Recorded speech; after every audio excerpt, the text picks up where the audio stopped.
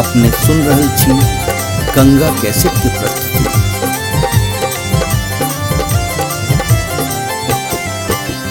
भोरे भोरे फोन के लियो मौसी तोहर उठल कहोगे गे मौसी तोहर उठल कहोगे। भोरे भोरे फोन के लियो मौसी तोहर उठल कहोगे।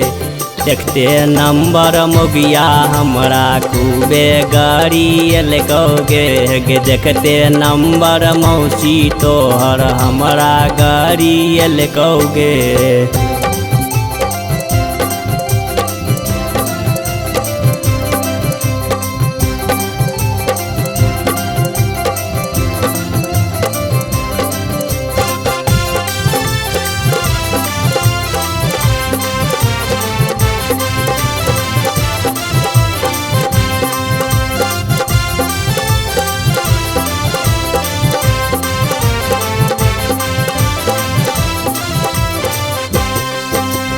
भोरे भोरे फोन के लियो मौसी तोहर उठल कहोगे गे मौसी तोहर उठल कहोगे। भोरे भोरे फोन के लियो मौसी तोहर उठल कहोगे। देखते नंबर मौसी तोहर हमरा गाड़ी एल कहोगे गे। देखते नंबर भौजी तोहर हमरा गाड़ी एल कहोगे। भोरे भोरे फोन के लियो मौसी तोहर उठल कहोगे गे मौसी तोहर उठल कहोगे। भोरे भोरे फोन के लियो मौसी तोहर उठल कहोगे।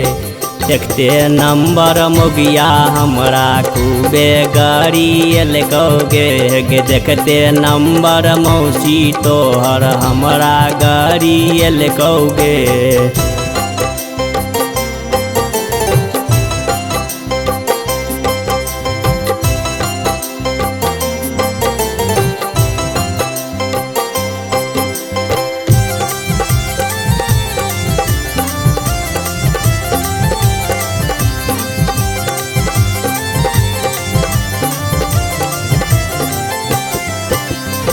बाद में फेरू मैसेज के लियो मौसा पर ले कहोगे गे मौसा पर ले कहोगे। बाद में फेरू मैसेज के लियो मौसा पर ले कहोगे। पढ़ते मैसेज मौसा तोहर हमरा गाड़ी एल कहोगे गे। पढ़ते मैसेज ससुरा हमरा खूबे गाड़ी एल कहोगे गे। मौसा के समझा ले गे छोड़ी अपना मौसा के समझा ले। भोरे भोरे फोन के लियो मौसी तोहर उठल कहोगे गे मौसी तोहर उठल कहोगे। भोरे भोरे फोन के लियो मौसी तोहर उठल कहोगे। देखते नंबर मोगिया हमरा खूबे गाड़ी एल कहोगे गे। देखते नंबर मौसी तोहर हमरा गाड़ी एल कहोगे।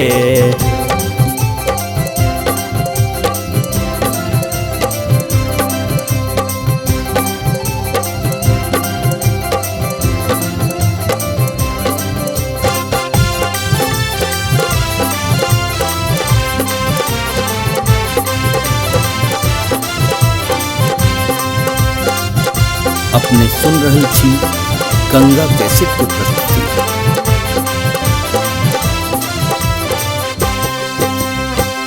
कनिए देर के बाद उम्हर सब भैया तोहर फोन के ले कहोगे गे भैया तोहर फोन के ले कहोगे। कनिए देर के बाद उम्हर सब भैया तोहर फोन के ले कहोगे गे। नाम हमर पूछल कहोगे। जखने कहलियो रमुदगरबा दरभंगिया खूबे गाड़ी एल कहोगे। जखने कहलियो रमुदगरबा दरभंगिया सरवा गाड़ी एल कहोगे गे। भैया के समझा ले गे छोड़ी अपना भैया के समझा ले। भोरे भोरे फोन के लियो मौसी तोहर उठल कहोगे गे मौसी तोहर उठल कहोगे। भोरे भोरे फोन के लियो मौसी तोहर उठल कहोगे। देखते नंबर मोगिया हमरा खूबे गाड़ी कहोगे गे। देखते नंबर मौसी तोहर हमरा गाड़ी कहोगे।